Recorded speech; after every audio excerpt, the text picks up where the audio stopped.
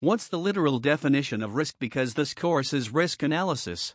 So, what do we mean by risk? And when you go to the dictionary and you look at the definition of risk, this is literal definition of risk.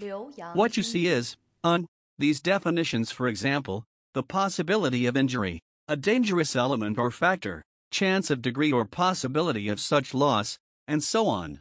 So, risk has two parts. As you look at the literal definition of risk, one part is the consequence of some kind of particular danger, hazard, loss, and the other is about the probability of it, chance and consequence.